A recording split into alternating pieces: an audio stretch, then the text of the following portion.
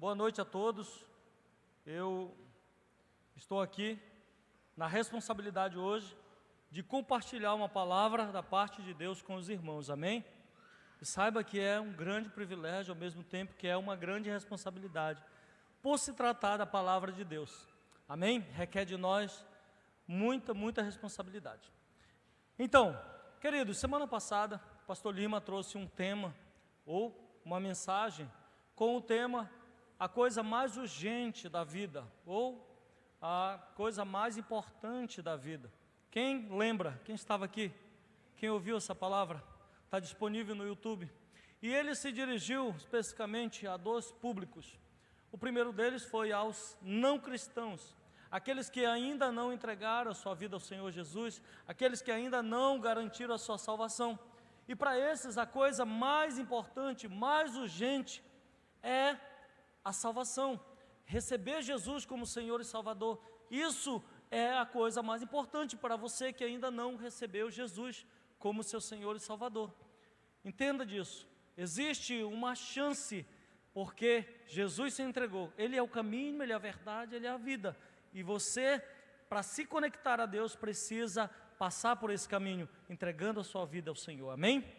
E o segundo público no qual ele se dirigiu foram para os crentes, os filhos de Deus, aqueles que já tiveram a sua vida transformada pelo Evangelho. Tem alguém aqui nesse lugar? Então ele se dedicou com mais ênfase para esse público, e para esse público, para os filhos de Deus, aqueles que já nasceram de novo, a coisa mais importante, mais urgente é ganhar almas, é propagar o Evangelho, é levar as boas novas. Isso é o mais importante para mim e para você. Não é o nosso trabalho, não é a nossa família, não é o nosso emprego, não é os nossos estudos, mas ganhar almas, ser um multiplicador do Evangelho, um propagador do Evangelho. E nós entendemos que isso é urgente, é importante, é crucial para nós e para a igreja. Então, já que eu devo, por obrigação, ser um ganhador de almas, eu preciso aprender como fazer isso. Então o intuito da mensagem de hoje é justamente isso, aprendendo a ganhar almas. Com quem? Com Jesus, o nosso mestre. O tema da palavra de hoje é esse, aprendendo a ganhar almas com Jesus, amém? Amém, queridos? E eu quero hoje trazer também o texto de João 4. O João 4 fala a história de Jesus, conta ali, narra a história, o diálogo de Jesus e a mulher samaritana. Eu tenho certeza que você já leu ou já ouviu falar dessa conversa, amém? E como nós somos seres sensoriais, somos dotados de, nós captamos a mensagem ao ouvir, ver, nós podemos sentir, e eu quero te convidar nessa noite, não apenas ouvir a mensagem, ouvir esse texto, ouvir esse versículo, mas também poder ver através de uma pequena encenação do nosso teatro.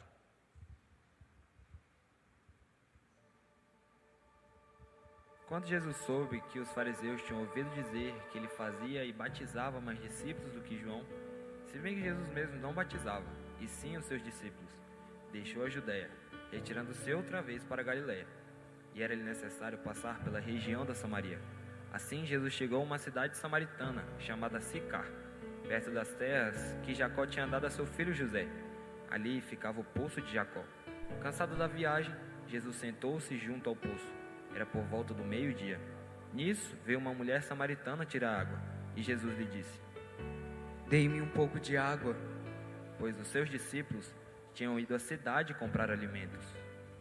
Então a mulher samaritana perguntou a Jesus: "Como, sendo o Senhor um judeu, pede água a mim, que sou mulher samaritana?" Ela disse isso porque os judeus não se davam bem com os samaritanos. Então Jesus respondeu: "Se você conhecesse o dom de Deus e quem é que está lhe pedindo água para beber, você pediria e ele lhe daria água viva." "O Senhor não tem balde e o poço é fundo. De onde vai conseguir essa água viva? Por acaso o Senhor é maior do que Jacó, o nosso pai, que nos deu o poço do qual ele mesmo bebeu, assim como seus filhos e o seu gado?" "Quem beber desta água voltará a ter sede, mas aquele que beber da água que eu lhe der, nunca mais terá sede. Pelo contrário, a água que eu lhe der será nele uma fonte a jorrar pela vida eterna. Senhor, quero que me dê essa água para que eu não mais tenha sede, nem precise vir aqui buscá-la. Pois vá, chame o teu marido e volte aqui. Mas é que eu não tenho marido. Você tem razão ao dizer que não tem marido, porque já teve 5, e esse que tem agora não é o seu marido. O que você disse é verdade. Agora eu sei que o Senhor é profeta. Nossos pais adoravam neste monte, mas vocês dizem que em Jerusalém é o lugar onde se deve adorar. Mulher, acredite no que te digo. Vem a hora em que nem neste monte, nem em Jerusalém vocês adorarão ao Pai. Vocês adoram o que não conhecem. Nós adoramos o que conhecemos, porque a salvação veio dos judeus. Mas vem a hora, e já chegou, em que os verdadeiros adoradores adorarão ao Pai em espírito e em verdade. Porque são esses o que o Pai procura para os seus adoradores.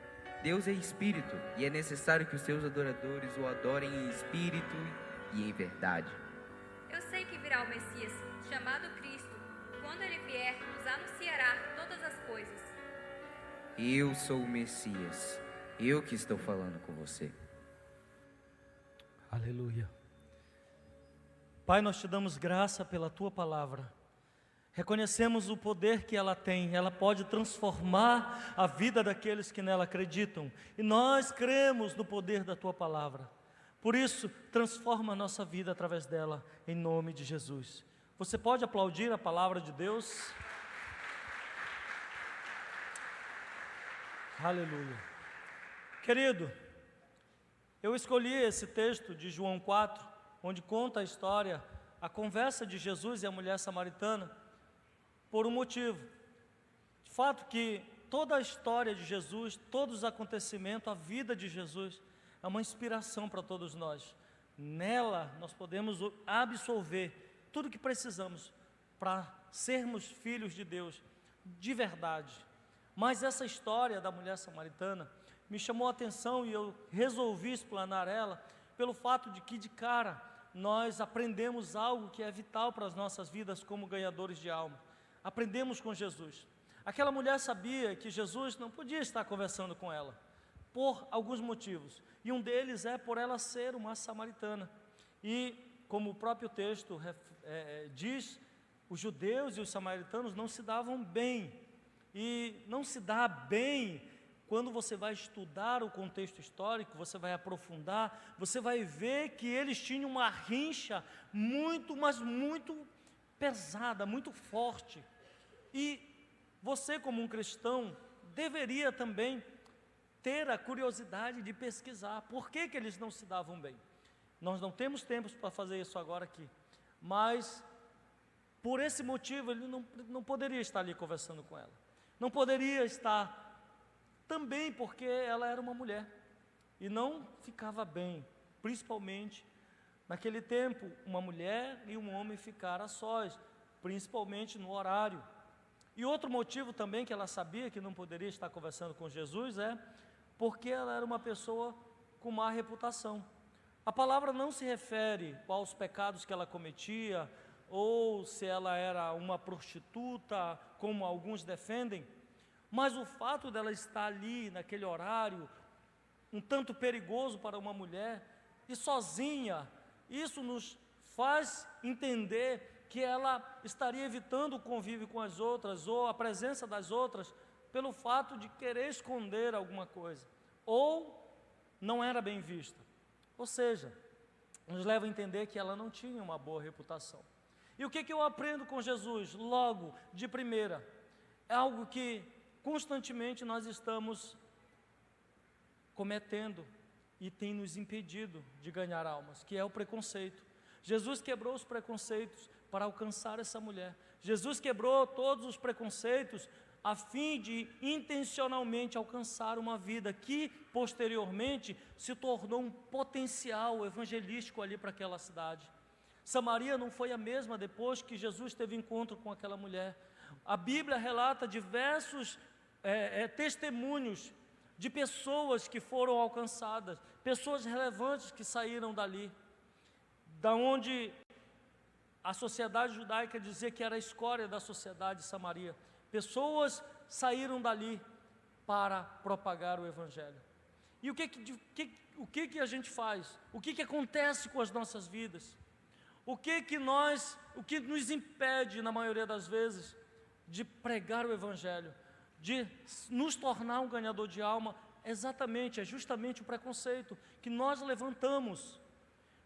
Se Deus coloca alguém necessitado para nós, vamos dizer, um pobre, um morador de rua, alguém que tem muita necessidade, nós levantamos o preconceito e dizemos: não, ele é muito pobre, ele não vai querer somente o Evangelho, não vai querer a salvação, ele vai querer uns trocados, ele vai querer uma roupa, ele vai querer uma cesta, ele vai querer um medicamento, e eu não tenho, eu não posso. Então, Deus, deixa que outro cuide. Se Deus envia alguém rico, alguém que tenha recursos, nós levantamos uma barreira de preconceito e falamos: não, esse daí talvez nem precise do Evangelho, eu não sei nem falar com esse povo, eu não sei nem me comportar diante deles, o que eu poderia falar para convencê-lo? Deixa que o outro evangelize. Se é um drogado, se é um andarilho, se é um morador de rua, se é alguém que nos irrita, se é um colega de trabalho, se é um chefe no qual nos aborrece, esses então que nós não queremos falar do Evangelho. Tem pessoas que nos irritam de tal maneira que a gente chega a pensar: não, Senhor, esse aí é difícil, esse aí talvez nem o Espírito Santo, deixa que outro. Nós levantamos preconceitos que nos impedem de alcançar, nos impede de ser ferramenta na mão de Deus. E nós aprendemos com Jesus, nessa conversa com a mulher samaritana, e Ele quebra todos os preconceitos, a fim de tocar o coração dela, a fim de salvar a sua alma. E como Deus gerou no coração de Jesus, Ele também pode gerar várias pessoas intencionalmente no nosso coração. Nós precisamos entender e quebrar os preconceitos, para que nós possamos nos tornar ganhadores de almas, amém? Agora diga comigo, então, como eu devo evangelizar? Como eu devo evangelizar? Como você deve evangelizar? Vamos lá aprender com Jesus. E a primeira coisa que nós devemos fazer, pedir a Deus que nos ajude a ganhar almas. Jesus não se movia, Jesus não dava um passo se não fosse orientação de Deus. Se Ele não tivesse o direcionamento do Pai, Ele não fazia. E o que eu quero? Eu quero dizer com isso que você precisa pedir a Deus para que gere no seu coração. João capítulo 12, no versículo 49, diz assim: pois eu não falei por mim mesmo, mas o Pai que me enviou me ordenou o que dizer e o que falar. Sei que o seu mandamento é a vida eterna, portanto, o que eu digo é exatamente o que o Pai mandou dizer. Peça a Deus para gerar no seu coração amor pelos perdidos. Peça a Deus para abrir os seus olhos para que você possa ver o mundo espiritual, para que você possa ver a humanidade com a ótica divina. Peça a Deus para colocar no seu coração e na sua mente pessoas que Deus quer te usar para ser ferramenta, para transformação na vida dessa pessoa. Peça a Ele, busca dEle, ore, seja intencional, amém? A segunda coisa que nós devemos fazer para nos tornar um ganhador de almas, nós precisamos viver conforme a vontade de Deus. Viver conforme a vontade de Deus significa ter uma vida de obediência, viver em integridade, viver uma fé verdadeira. Mateus capítulo 5, do 14 ao 16, diz assim: vocês são a luz do mundo, não se pode esconder uma cidade construída sobre um monte. Ninguém acende uma lamparina para colocar debaixo do cesto, pelo contrário, ela é colocada no lugar próprio para que ilumine todos que estão na casa. Assim também a luz de vocês deve brilhar, para que os outros vejam as coisas boas que vocês fazem, e louvem o Pai de vocês que está no céu. Você sabe qual é a ferramenta, a melhor ferramenta de evangelismo? É o seu exemplo, é o nosso exemplo. Nós somos luz, nós somos a luz do mundo, o sal da terra, amém? E as pessoas precisam ver essa luz em nós. Para isso nós precisamos ter uma vida regada e pautada na obediência a Deus. Você quer ganhar o teu colega de trabalho? mostre a luz que está em você. Seja sal, seja obediente, seja direcionado pela vontade de Deus no lugar que você está. Peça a Deus, seja um testemunho vivo de que Deus pode transformar qualquer pessoa. Amém? Enquanto, queridos, muitos estiverem murmurando, falando mal da cidade, do governo, do Estado, das autoridades, enquanto os teus colegas falam mal dos chefes, enquanto os teus amigos da escola falam mal dos professores, você deve abençoar, você deve bendizer, você deve orar. Enquanto as pessoas resolvem guardar em seu coração rancores, você deve perdoar. Enquanto todos, ou a maioria, optam pela desonestidade, nós devemos optar pela honestidade, mesmo que isso nos custe muito. Assim as pessoas vão ver a luz que brilha em nós e vão querer também essa luz, amém? O nosso exemplo é a maior ferramenta para o evangelismo. Número 3, o que eu preciso fazer para ganhar almas? Cultive amizade com as pessoas que necessitam de Cristo. Sim, porque você só vai influenciar pessoas se você estiver caminhando com elas, se você estiver próximo, a não ser que você seja um famoso aí da internet e use a internet para influenciar milhares de pessoas. Mas eu estou falando num contexto pessoal, no dia a dia. Então, você vai pedir para Deus, você vai regar a sua vida em obediência, vai caminhar em obediência. E aí Deus vai te mostrar essas pessoas, e aí você vai se aproximar delas. Você vai caminhar com elas, você vai nutrir um relacionamento de proximidade. Ah, mas é difícil, não é fácil. Recentemente uma discípula da minha esposa estava falando que ela estava sofrendo perseguição na repartição dela, onde a chefe estava perseguindo, estava falando mal, e tal. E a minha esposa falou, vamos virar o jogo? Como assim? Começa a abençoar ela. Não, ela vai me pisar ainda mais. Não vai. Conhece ela, procura saber o que é que ela gosta, investiga, faz uma investigação, descobrir o que ela gosta. Então vamos fazer um jogo, vamos amar. E ela já tem testemunho de que as coisas estão mudando. Deus tem compromisso com aqueles que se comprometem com as coisas dele. As coisas estão mudando, e não é porque é uma pessoa específica, é todos nós. Se você se propor a fazer algo diferente, para aproximar as pessoas de Deus, Deus se move, querido. Deus começa a te ouvir. Amém? Olha o exemplo de Zaqueu. Jesus se aproximou de Zaqueu, provocou um encontro de Zaqueu. Zaqueu era um cara mal falado, um cara com uma má reputação, mas Jesus sabia que onde Zaqueu estava, também tinha outros pecadores. Jesus provocou um encontro entre ele e Zaqueu, porque ele sabia que do encontro dele haveria transformação, e dessa transformação outros seriam impactados. Talvez aquela pessoa que você aborrece, que você maldiz, que você amaldiçoa, é exatamente essa pessoa que Deus quer levantar como uma potência evangelística. Talvez aquela pessoa que você, não suporta no teu trabalho, é exatamente essa pessoa que Deus quer salvar, é exatamente essa pessoa que Deus quer te fazer canal na vida dela. Amém? Instrumento de Deus na vida dela. Outro ponto, querido, que nós precisamos saber para nos tornar ganhadores de alma: saiba o Evangelho, aprenda o Evangelho, memorize versículos que te dão capacidade de responder com sabedoria, de responder o fato de você crer em Deus. Responda com a palavra. Aquela mulher, a mulher samaritana, no diálogo com Jesus, ela tinha diversas necessidades. O contexto dela, a história dela, a conversa dela mostra que ela tinha diversas necessidades, mas no momento que Jesus se apresenta para ela, Jesus ganha a confiança dela, porque ela vê a luz que está dentro de Jesus. Então ela faz uma revelação que até eu fiquei surpreso. No versículo 20 ela diz assim: Senhor, olha só a indagação dela, a pergunta dela, o questionamento dela. Ela diz: Senhor, os nossos antepassados dizem que aqui é o lugar de adoração, mas vocês judeus dizem que é em Jerusalém. De fato, onde é que é o lugar certo de adoração? Vocês perceberam? Mesmo sendo uma pecadora, mesmo sendo alguém muito, distante de Deus, existia dentro dela uma necessidade por adoração, uma necessidade por Deus. E as pessoas, queridos, por mais distante de Deus que elas estejam, por mais ruim que elas sejam, elas precisam de Deus. E quando elas notam que você é a luz do mundo, quando elas notam que você é o sal da terra, elas começam a dizer as suas necessidades.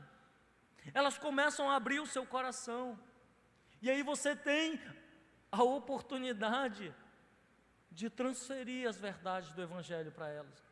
Amém? Mas para isso você precisa saber o Evangelho. E o quinto ponto, a quinta coisa que nós precisamos saber é responder com sabedoria. Responda com sabedoria. 1 Pedro capítulo 3, versículo 15 diz assim: antes, santifiquem Cristo como Senhor do seu coração. Estejam sempre preparados para responder a qualquer pessoa que pedir a razão da fé que há em vocês. Você está preparado para responder? Por que você crê em Jesus? Por que você afirma que está salvo? Por que você afirma que é filho de Deus? Você está pronto para responder quando as pessoas perguntarem? Por que você não se abala diante de uma situação de caos? Por que você é feliz? Por que você não fala mal assim como todo mundo fala? Por que você não amaldiçoa esse governo como todo mundo está fazendo, a maioria está fazendo? As pessoas vão perguntar, você tem sabedoria para responder? Nós precisamos ter sabedoria para responder essas coisas. E se a oportunidade não vem? Se a oportunidade certa não vier de maneira natural, então crie uma oportunidade, provoque uma oportunidade. Como eu devo evangelizar? Provoque oportunidades. Quando você ora, quando você busca, quando você pede para Deus, Deus vai te mostrar. Deus vai mostrar as pessoas. Talvez você esteja aguardando o tempo certo para convidar para a célula, para convidar para a igreja, para o culto de celebração, para uma comunhão. Ainda não chegou o tempo certo. Então, se o tempo certo não vem, querido, faz o quê? Provoque uma oportunidade. Foi isso que Jesus fez com essa mulher. Foi isso que Jesus fez com Zaqueu. Na verdade, Jesus vivia provocando essas oportunidades, porque Ele queria se apresentar como a luz, como a salvação, como o caminho, como a verdade, como a vida. Jesus, entrando em Samaria, Ele fala para os seus discípulos: vão adiante, vão comprar comida. Mas o senhor não vai? Não, vou ficar aqui, porque eu estou cansado. Porque Ele tinha intenção.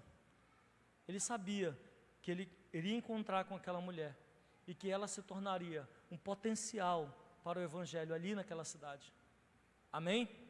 Provoque situações. Provoque quando Deus colocar alguém no seu coração e você acha assim, cara, eu ainda não achei a oportunidade, Deus ainda não me deu a oportunidade, então crie a oportunidade. Amém? Sétimo, deixa Deus com o resultado. Deixe os resultados com Deus. Deixa que Deus trará o resultado. O nosso papel como filhos de Deus é falar do Evangelho, é contar o testemunho de transformação que houve na nossa vida no momento que encontramos Jesus. Tem pessoas que fazem isso, vivem integridade, vivem obediência, sabem o Evangelho, evangelizam, mas pelo fato de não ver o resultado imediatamente, param. Quem disse que é para parar? Quem disse que é você que vai colher o resultado? A palavra de Deus diz que uns plantam, outros regam e outros colhem.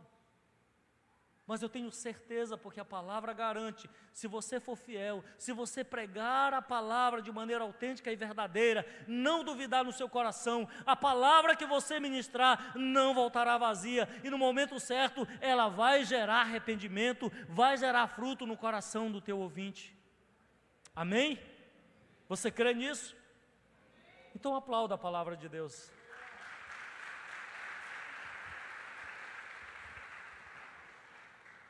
Então, nós sabemos que é uma necessidade, que é uma urgência. Nós estamos aprendendo aqui ferramentas de como melhorar a nossa estratégia, de como estabelecer uma estratégia de evangelismo através da vida de Jesus.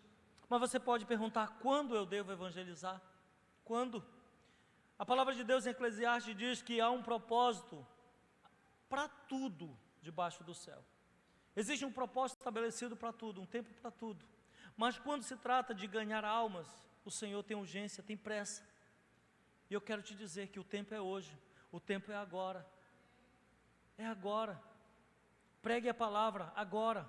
2 Coríntios capítulo 6, versículo 2 diz assim, a parte B: eis aqui agora o tempo aceitável. Eis aqui agora o dia da salvação. O dia da salvação é hoje. O dia da salvação é agora. Amém? Você não pode pregar ontem e amanhã ninguém te garante que você vai ter oportunidade. Então é hoje. Amém?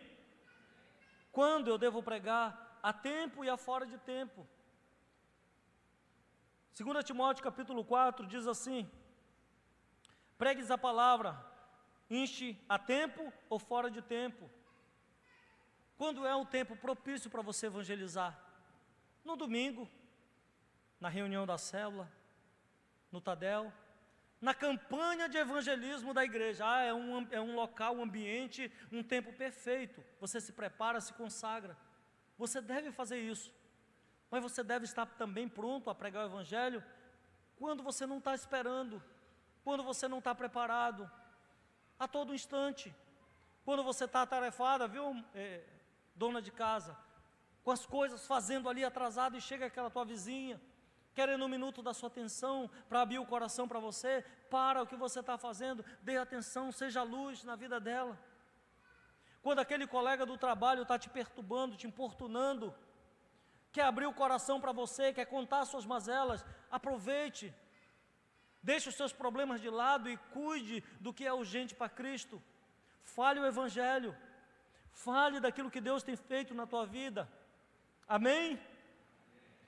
Quer ouçam, quer deixem de ouvir, pregue o evangelho, porque quando você prega o evangelho, isso provoca algumas sensações, alguns sentimentos, algumas atitudes nos ouvintes. Alguns aceitarão a palavra e receberão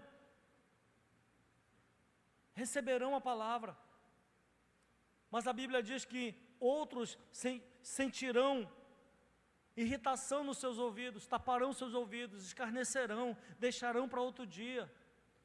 Outros nos chamarão de loucos, de alienados, tapados, bitolados.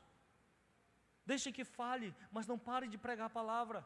Confie no poder transformador da palavra, confie na palavra de Deus. Amém? Diga comigo, quando? Diga, de madrugada. De madrugada, quando o Espírito Santo te acordar. Quando você estiver com insônia e não saber por que você não consegue dormir, vá se preparar, vá orar. Ore por aqueles que Deus já gerou no teu coração. Amém? Diga comigo, de manhã. De manhã, quando você acordar, antes de comer aquela tapioca, o cuscuz, ore pela sua família, agradeça pelo seu dia. Aproveite para fazer um stories no WhatsApp, um status no WhatsApp. Aproveite para mandar uma mensagem de motivação para aqueles que você conhece. Evangelize, fale da palavra. Declare bênçãos, uma semana abençoada para aqueles que estão perto de você. Amém? Diga, na hora do almoço.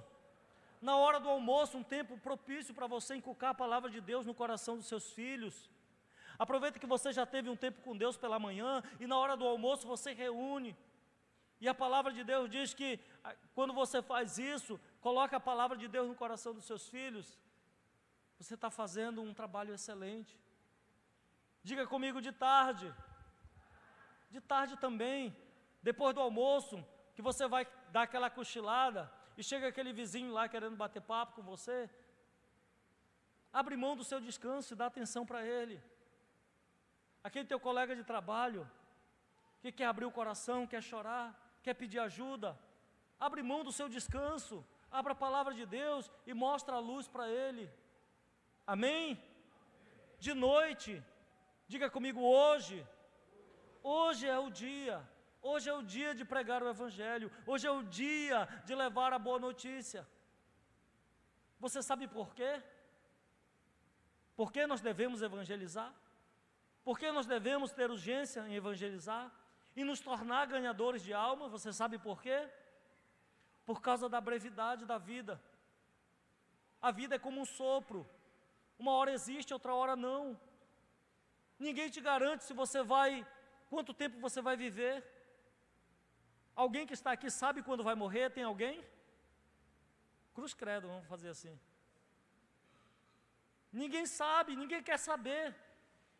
E nós que somos salvos, nós ainda trabalhamos para viver mais, porque nós sabemos que quanto mais nós vivemos, mais possibilidades o Senhor tem de nos usar.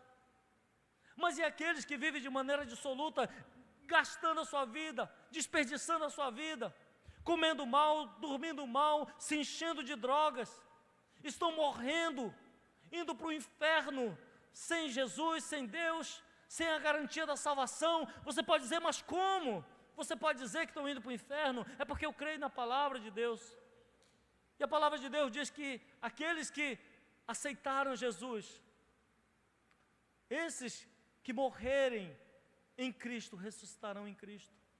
Mas aqueles que morrerem sem Cristo, separação eterna, vergonha eterna, sofrimento eterno. O Salmo 90 diz, a parte B, que a nossa vida passa depressa, as coisas voam, o tempo voa. Por isso Deus tem urgência, por isso você deve ter urgência de falar do Evangelho. Segundo, por causa da constante atuação de Satanás. Por causa da constante atuação de Satanás. Satanás, ele é perseverante, ele é obstinado, ele é desobediente por natureza. A sua alma tem a rebeldia, a rebelião por natureza.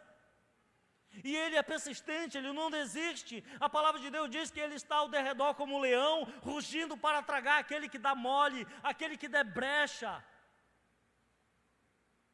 Não pensa que porque você tem um nome escrito no livro da vida, que ele não está de olho em você. Ele está ao nosso derredor, esperando que um vacilo para te puxar, para te tragar. Imagina aqueles que já entregaram, que já vivem sem esperança alguma. O diabo não brinca de ser diabo, e ele está ceifando tantas vidas. Esse final de semana teve uns eventos nos municípios, e eu estava falando com a minha esposa, quantas pessoas morreram, quantos capotamentos, quantos acidentes, quantas pessoas estão indo para o inferno, porque fizeram escolhas más. E como é que eu fico com isso? Uma outra razão, querido, é essa, por causa da partida do pecador para a eternidade. A Bíblia diz que só existe uma morte, morreu já era. Você não consegue mais mudar o seu destino após a morte. Aqueles que morrem com Cristo ressuscitarão primeiro, ressuscitarão com Cristo. Mas e aqueles que morrem sem Cristo? O que acontece com eles? Morte eterna, castigo eterno, vão passar a eternidade gemendo. Ah, mas eu estou tranquilo, eu estou salvo, graças a Deus. Mas é minha responsabilidade, é tua responsabilidade viver de maneira íntegra, obediente, expressando a fé, exalando a luz, exalando o sal do mundo, para que Ele veja as nossas boas obras e Deus receba, o nosso Pai receba toda a honra. Semana passada o pastor Lima estava falando que se você ver alguém em perigo ou acidentado e não prestar socorro, você pode ser penalizado criminalmente. Mas se você tem as boas novas, a boa notícia da salvação, e não fala, e não prega, e deixa que o teu colega de trabalho vá para o inferno, e deixa que aqueles que estão à tua volta padeçam, você também pode ser penalizado. Você está pecando por omissão, porque você tem a solução, mas ao invés de espalhar, de falar, com tudo que você tem, com toda a sua vida, com todos os seus recursos. Se isso não te convence, eu quero falar aqui algumas razões para ser um ganhador de almas. Diga comigo, ganhar alma é um dever. Sim, é um dever. É um dever de todo cristão ganhar alma. É um dever de todo filho de Deus ganhar almas. Ganhar alma é um privilégio. Deus conta comigo, Deus conta com você. Nós somos embaixadores do reino de Deus, embaixadores celestiais. Então nós precisamos representar a nossa pátria, representar a nossa nação. Nós precisamos, nós devemos, porque ganhar alma também é uma obrigação. 1 Coríntios capítulo 9, 16 diz assim: porque se anuncio o evangelho, não tenho que me gloriar, pois me é imposta essa obrigação, e ai de mim se não anunciar o evangelho. É nossa obrigação anunciar o evangelho. Deus não te salvou para você ter uma vida confortável. Deus te salvou para que você seja instrumento na mão dEle. Deus não te colocou naquele trabalho para você ganhar mais dinheiro. Na verdade, o trabalho é só uma justificativa para Deus te usar ali. Deus não tem te dado todo o recurso que você tem para você mostrar para os outros que tem. Deus, Ele quer alcançar pessoas através da tua vida. Deus elevou o padrão da tua vida para você ganhar aqueles que estão no padrão que Ele quer ganhar. Amém? Deus conta com você.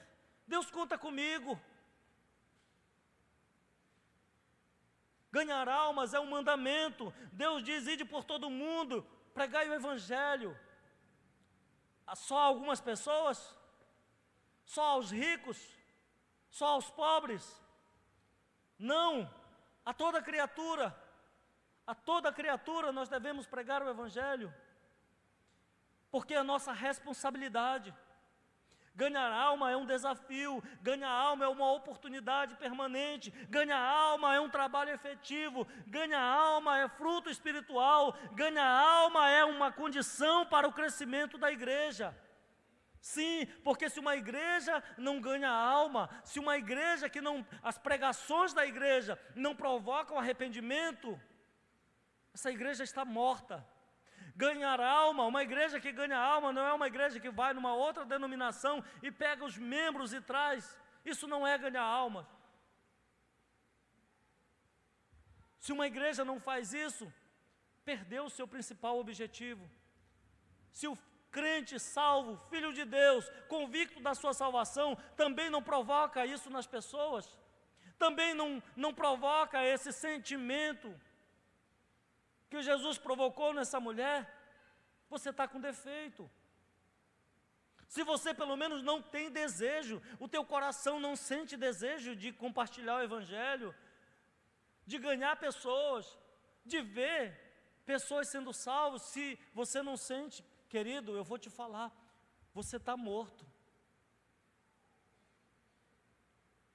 Me desculpa, não é uma pregação boa de se ouvir.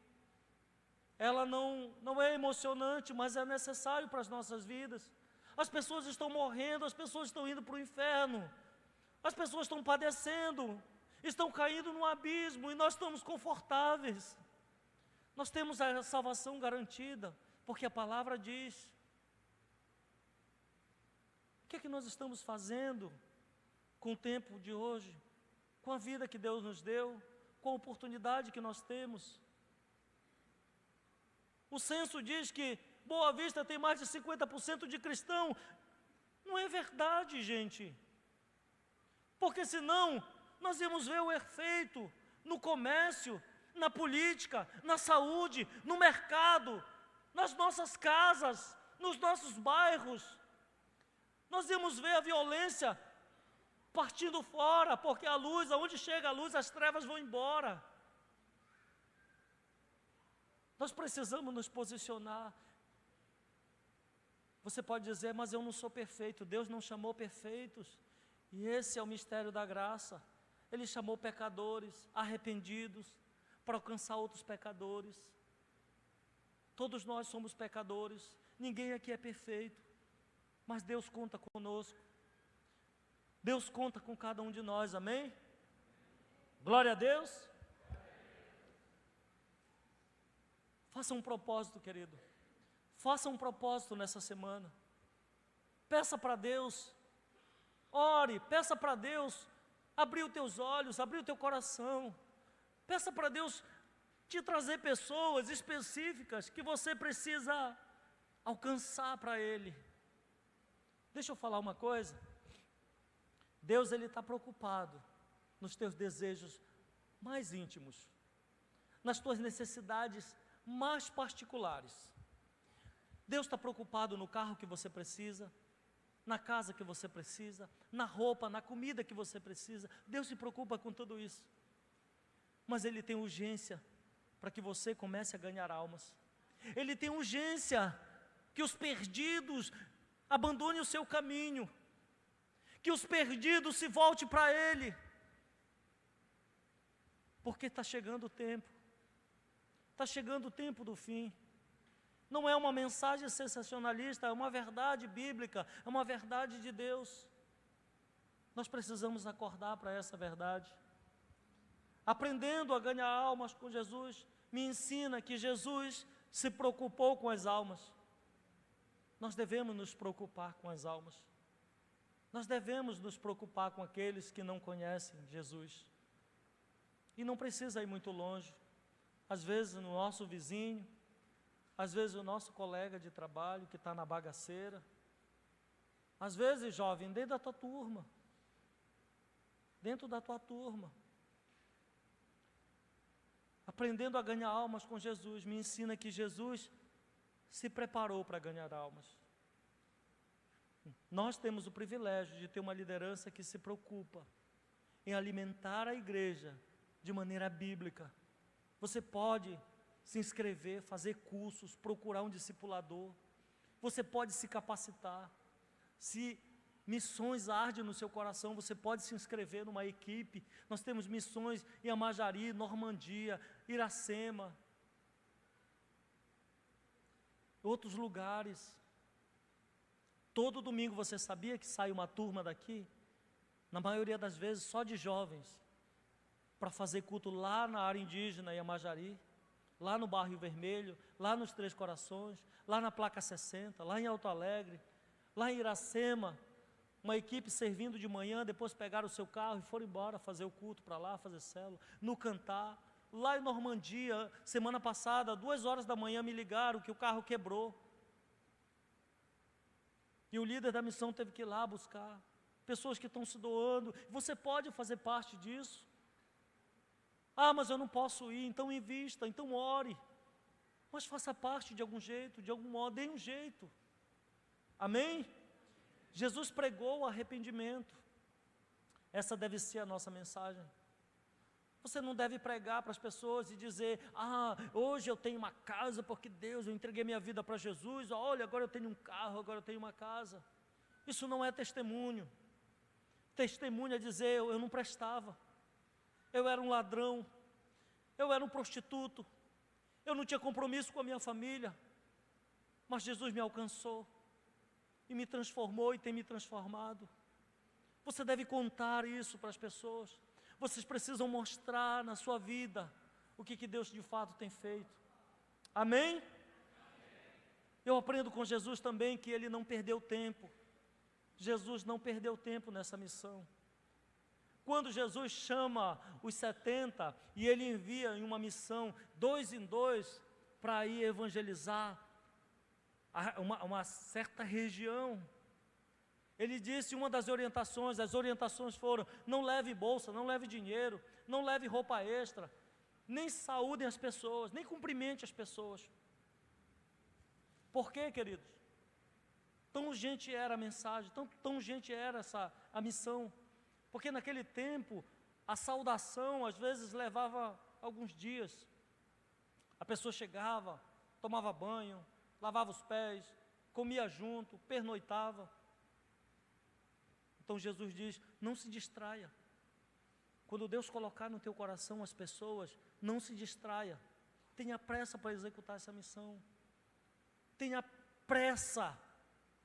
Tenha pressa. Jesus se preparou também, através da oração. E eu quero finalizar chamando o Ministério de Louvor. Eu quero que você fique de pé.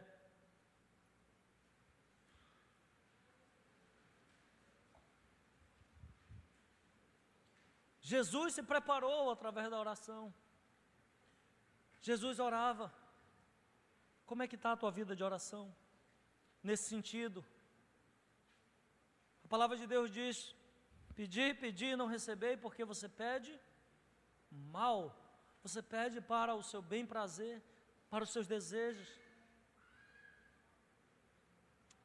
Eu quero te motivar, eu quero te incentivar, eu quero te encorajar. Eu quero te desafiar hoje a fazer algo diferente. Amém? Eu quero te encorajar a fazer algo diferente. Eu quero te encorajar essa semana a ter como alvo, botar em prática isso aqui que nós estamos aprendendo hoje. Primeiro você vai orar, pedindo para Deus, para que Deus te mostre, para que Deus abra o seu coração, para que você veja a humanidade com os olhos de Deus, para que você se torne sensível às necessidades daqueles que estão perto de você. Você vai orar nesse sentido, e não se assuste. Na maioria das vezes, as pessoas que Deus nos mostra são aquelas pessoas que nós estamos evitando o relacionamento. É aquele colega do trabalho que nós não suportamos. É aquele parente próximo que nós somos obrigados a conviver. Se você tem coragem, faça esse desafio. Eu falei anteriormente, Deus é um Deus de detalhe. Ele se preocupa com cada necessidade sua. Mas quando você coloca diante de Deus algo que está no coração dele, quando o seu pedido vai assim, quando você pede aquilo que está no centro do coração de Deus, você vai ver coisas extraordinárias acontecendo. Você vai ver sinais e maravilhas acontecendo na sua vida e através de você. Quando você começa a orar e se dispor a falar de Jesus para qualquer pessoa que Ele colocar, pode ser uma samaritana, pode ser um Zaqueu, pode ser alguém insuportável do relacionamento, mas quando você se propõe, você vai ver o céu se abrir sobre a sua vida. Você vai ver a capacidade do alto vir sobre você. Você vai ver grandes coisas acontecendo através de você. Mas você pode dizer, mas eu não sou perfeito. E quem disse que precisa ser perfeito? Você só precisa ser obediente à palavra de Deus. Você só precisa ser um crente que está disposto a gastar a sua vida, gastar os seus recursos, quebrar os seus preconceitos, deixar todo o seu conhecimento, a sua capa de lado e deixar que Jesus apareça através de você. Quantos estão dispostos a fazer isso? De verdade, eu quero te desafiar. E no decorrer dessa semana, procure a liderança e conte o seu testemunho. Você quer viver uma vida de coisas extraordinárias? Faça isso, se proponha a fazer isso. Decida, pelo menos por essa semana, ser um crente diferente. Decida por essa semana fazer algo em prol do reino de Deus, deixar o teu egoísmo de lado, as tuas necessidades de lado e viver para Cristo, viver para Ele, inteiramente para Ele.